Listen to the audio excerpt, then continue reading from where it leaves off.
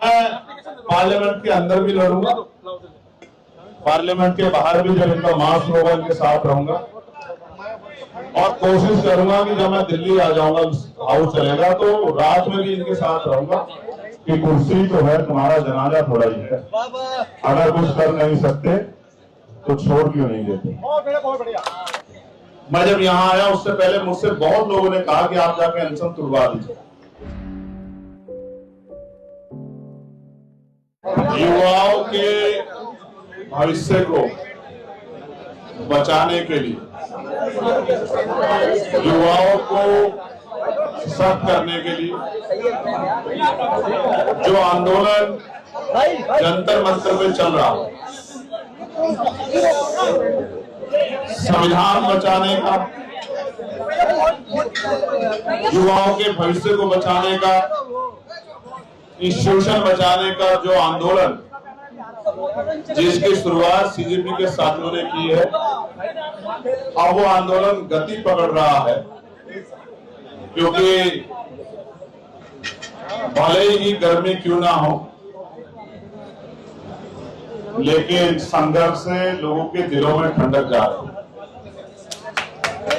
मैं बड़ी जिम्मेदारी से कह रहा हूं, देश को जरूरत है, ये जंतर मंतर पे तो होना चाहिए, इसके साथ देश के हर एक कोने में होना चाहिए संवैधानिक रूप से, संवैधानिक मर्यादा के अंदर। जैसे यहाँ चल रहा है ऐसे ही आंदोलन पूरे देश में खड़ा होना चाहिए और इसकी गूंज से सरकार को वो जो फैसले बंद कमरे में ले जाते हैं वो जनता के हितों को, नौजवानों के हितों को ध्यान में रख के लेने चाहिए। बुरा ये है कि 17-18 दिन से यहाँ अनशन चल रहा है। सोनम वांगचुक जी और 4 बच्चों से और मैं मिला हूं जो पीएचडी के स्टूडेंट हैं, वो अपने जीवन की परवाह नहीं कर रहे। मैं जब यहाँ आया उससे पहले मुझसे बहुत लोगों ने कहा कि आप जाके अनशन तुड़वा दीजिए, आप उनको समझाइए, लेकिन मैं यहाँ उनका हौसला तोड़ने के लिए नहीं, उनके हौसले को बढ़ाने के लिए आया। मैं ये कहना चाहता हूँ, एक आंदोलनकारी होने के नाते हमें जो संघर्ष कर रहे हैं अनशन पे उनको समझाने की जरूरत नहीं, हमें सरकार से सवाल पूछने की और सरकार को समझाने की आवश्यकता है और समझना सरकार को पड़ेगा। मैं एक अनुभव आपके सामने साझा करता हूँ। मैं भूख हड़ताल पे अक्सर क्यों नहीं जाता, हालांकि देश में ये एक बहुत अच्छा तरीका आजादी से पहले से ये फॉलो हुआ है। मैं जब 2 अप्रैल का आंदोलन हुआ तो मैं जेल में था, तो मुझे लगा कि मैं भूख हड़ताल पे जाके अपनी बात को, अपने आंदोलन को मजबूत कर सकता हूँ, तो मैं 6 तारीख से भूख हड़ताल पे चला गया और ये मेरा पहली बार था कि भूख हड़ताल का अनुभव। मैं लगातार 8 दिन तक भूख हड़ताल पे रहा।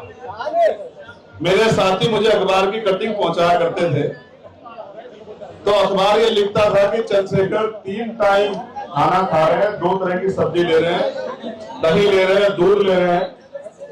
मुझे उस अखबारों को पढ़ के बहुत तकलीफ होती थी कि मैं इतनी ईमानदारी से आंदोलन कर रहा हूं, भूख हड़ताल कर रहा हूं, अनशन कर रहा हूं, जान की बाजी लगा रहा हूं और मीडिया क्या कर रहा है। उस दिन मुझे समझ आया कि गांधी जी का रास्ता ज्यादा अच्छा आज की डिक्टेटरशिप वाली सरकारों में नहीं, इसलिए मैंने उसके बाद कभी कोई भूख हड़ताल नहीं की। लेकिन अब जब मैंने इनको देखा, सब लोगों को अपनी जान की बाजी लगाते हुए, तो मैं छोड़िए मेरे जैसा एक भी आदमी घर नहीं रहना चाहता, वो इस आंदोलन में हिस्सेदार बनकर इस आंदोलन को आगे बढ़ाना चाहता। जब मुझे 8 दिन हो गए तो मुझे एक शख्स ने कहा ये इनको भी काम आएगा, वो मेरे बड़े भाई थे, वो मुझसे जेल में मिलने आए, मुझसे कहा कि सरकार चाहती है आप मर जाओ और आप भूखे रह के खुद ही मरना चाहते हो, अगर आपको कोई हत्या करेगा तो उसको जेल होगी, फांसी की सजा होगी, आजीवन सजा होगी, लेकिन अगर आप भूख हड़ताल में मर गए तो किसी को फर्क भी नहीं पड़ेगा, तो आप भूख हड़ताल का रास्ता छोड़ो, संघर्ष का रास्ता अपनाओ। तो मैंने तो 14 अप्रैल को संघर्ष का रास्ता अपना लिया, भूख हड़ताल तैयार करके, और मैं फिर से मैदान में आया कि बचेंगे तभी तो लड़ेंगे।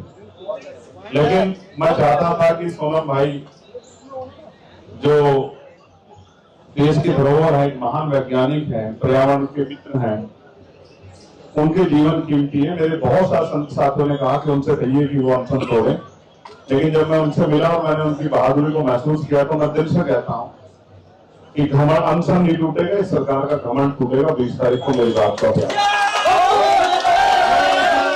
और आंदोलन होगा। उस आंदोलन में सबसे बड़ा सहयोग हमारा होगा, युवाओं का होगा और इतना बड़ा आंदोलन होगा कि सरकार जो है संसद में भी घिरेगी और सड़क पे भी घिरेगी, संसद के बाहर भी घिरेगी। इस बात का मैं आपको विश्वास। फिर आपको कह दूं कि ये आंदोलन जिंदाबाद के लिए है ही नहीं, ये आंदोलन तो संघर्ष का आंदोलन, ये कामयाब हो इसके लिए भी मैं प्रकृति से संतों गुरु महान पुरुषों से मंगल कामनाएं करता हूँ। और यहाँ बैठा हर एक आदमी सुरक्षित रहे। मैं सोनम भाई के लिए और अपनी बहन के लिए, नेहा के लिए और तमाम सारे भाइयों के लिए प्रार्थना करता हूँ कि वो स्वस्थ रहे। बस मैं ये अपील करूंगा कि आंदोलन को शांतिपूर्वक रखना, क्योंकि वो पूरी कोशिश करेंगे कि आपके आंदोलन को कोई सवाल खड़ा हो जाए। जिनके लिए आप लड़ रहे हैं वो नहीं जानते कि आप उनके लिए लड़ रहे हैं, इसलिए वो घर में चुपचाप बैठे। हर माँ चाहती है कि शहीद आजम चंद्रशेखर आजाद जी और सरदार भगत सिंह जी पैदा हो, लेकिन वो पड़ोसी के यहाँ क्योंकि शहादत देनी, जिन्होंने ये बुजुर्ग होगा है, मैं उनका दिल की गहराई धन्यवाद करता हूँ कि उन्होंने जिम्मेदारी उठाई है। ये काम हमारा था, उन्होंने शुरुआत की, उनको अकेला नहीं छोड़ेंगे, उनके साथ करें हर तरीके से। कामयाब होगा आंदोलन, जीतेगा आंदोलन और इस्तीफा भी होगा। मैं प्रधान जी के लिए कहूंगा, धर्मेंद्र प्रधान जी, जो मैंने मंच से भी कहा था कि कुर्सी तो है, तुम्हारा जनाजा थोड़ा ही है, अगर कुछ कर नहीं सकते तो छोड़ क्यों नहीं देते। अगर आपकी नैतिकता ही खत्म होगी है तो कोई क्या कहे आपको कि आप लोगों के मरने का इंतजार कर रहे हैं। जनता आपको भूलेगी नहीं, जनता याद रखेगी आपको, देश भी याद रखेगा, नौजवान भी याद रखेगा। पेपर लीक नहीं होना चाहिए, एनटीए जैसी एजेंसियों की कोई जरूरत नहीं है। फेयर सिस्टम हो, बच्चों के भविष्य पे हमला ना हो, बच्चों के भविष्य का खिलवाड़ ना हो, इसकी जिम्मेदारी सरकार की है।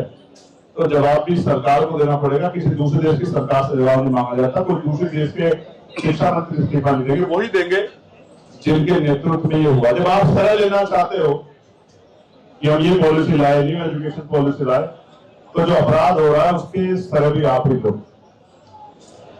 ही लो और आप ही जवाब दो कि बच्चों के भविष्य को बर्बाद करने वालों को, जिनकी जान गई है, जिन बच्चों की, उनका जिम्मेदार कौन है। ये इंस्टीट्यूशनल मर्डर है, ये सरकारी सिस्टम के द्वारा हत्याएं हुई हैं, इसकी जवाबदेही सरकार की है। प्रधानमंत्री जी को, शिक्षा मंत्री जी को जवाब देना पड़ेगा, हम जवाब मांगेंगे। धन्यवाद। और शिक्षा मंत्री हम लोग को दहशतगर्द का इसमें आप क्या कहिएगा? देखिए, सवाल नहीं टूटना चाहिए। लोकतांत्रिक व्यवस्था में सरकारों की जिम्मेदारी है, अगर कोई आंदोलन हो रहा है तो उससे मुंह ना फेरे, उनसे बात संवाद करें, हल निकाले। मुद्रे मध्य मार्ग की बात की है, लेकिन आप संवाद क्या करें, किसी के मरने का इंतजार नहीं कर सकते। आप जिम्मेदारी वाली सरकार नहीं, आप जिम्मेदारी वाले शिक्षा मंत्री नहीं। मैं बहुत जिम्मेदारी से उस संसद का मेंबर होने के नाते कह रहा हूँ, आप गैर जिम्मेदारी दिखा रहे हैं। आपको लगता है कि कितने दिन बैठेंगे, चले जाएंगे, ये जाए ना जाए, लेकिन आप जरूर जाएंगे। मेरी बात को आप याद मीडिया वाले इस वाले कुछ सवाल हो तो बताओ। एप्लीकेशन जरूर मैं इनके साथ खड़ा हूँ। मैं 20 तारीख को कोशिश करूंगा, अंदर भी लड़ूंगा, इनके साथ भी खड़े होकर लड़ूंगा। मैं पार्लियामेंट के अंदर भी लड़ूंगा, पार्लियामेंट के बाहर भी जब इनका मार्च होगा इनके साथ रहूंगा और कोशिश करूंगा कि जब मैं दिल्ली आ जाऊंगा, हाउस चलेगा, तो रात में भी इनके साथ रहूंगा। मैं अपने इन भाइयों को अकेला छोड़ूंगा जिन्होंने अपनी जान को दांव पे लगाया है, जो सरकार के टारगेट। ये लोकतंत्र है। आज कितने लोगों की नींद उड़ जाएगी और कितने लोग अनशन पे बैठ जाएंगे सरकार में? मैं फिर आपसे कह रहा हूँ, लोकतंत्र है, यहाँ सबसे ताकतवर देश का संविधान है और जो लड़ रहा है उसको देख के लड़ने वाले लोगों की संख्या रोज बढ़ेगी। मेरी बात करते हैं संसद के अंदर आप लोगों की रणनीति इस वक्त क्या हो पाएगी, क्योंकि अगर ये यहाँ से जाते भी हैं, मार्च करते हैं, तो मुमकिन ये भी है कि इनको दोबारा से जनता दफ्तर में बैठने ना दिया जाए। और सरकार किस चीज से डर रही है, या ये सरकार की एरोगेंस है, क्यों कोई कार्रवाई नहीं है सरकार की तरफ? हम दोनों चीजों का ध्यान रखेंगे कि धरना स्थल भी हमसे ना छीने और हमारा मार्च भी। एक बात। दूसरी बात, सरकार लोकतंत्र को राजतंत्र समझ बैठी है, इसलिए सवाल नहीं करना चाहती, इंतजार कर रही है कि एक दो लोग शहीद हो जाए तब वो ये कहे कि भाई इस आंदोलन की जिम्मेदारी आंदोलनकारियों पर, इनकी वजह से शहीद हुए हैं। मैं फिर आपसे कहता हूँ संवाद नहीं टूटना चाहिए, संवाद एक उचित माध्यम है समस्याओं के हल का। ये सरकार के खिलाफ लोग नहीं है, ये सरकार की नीतियों के खिलाफ लोग यहाँ खड़े हैं। सरकार को जनता ने चुन के भेजा है तो सरकार की जिम्मेदारी है कि वो जनता जन भावनाओं का सम्मान करे। युवाओं को नकार के कोई सरकार नहीं चली, आप मेरी बात को याद करना। सरकार जब नौजवान खिलाफ खड़ा होता है ना तो बड़े बड़े निजाम बढ़ जाते हैं, तो कुछ भी नहीं। ये तो बैसाखियों में सरकार, आप तो देखते हैं सरकार इन लोगों को आतंकियों की टीम भी कह रहे हैं, धर्मेंद्र प्रधान नितिन नवीन भी इनको आतंकी कह रहे हैं, तो डायलॉग तो छोड़ दीजिए, इन पर लेबल चिपकाने में बिजी है सरकार इस पर। उनका बस चले तो वो सोनम वांगचुक जी को भी कोई नाम दे दे, लेकिन इन्हीं सरकारों ने सम्मान दिया है तो कर नहीं पा रहे।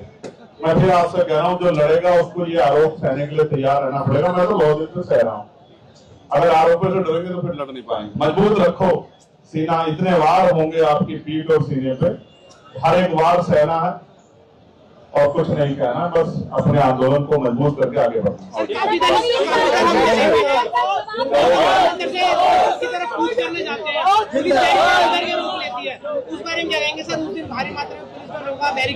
मैं समझता हूँ इस बात को, आंदोलन का अनुभव है मुझे यहाँ के पहलवान बेटियों के आंदोलन का भी अनुभव है। मैंने अपने साथियों से शेयर भी किया था। हमारी टीम चर्चा करके कोई रणनीति बनाएगी कि दोनों चीज हो जाए।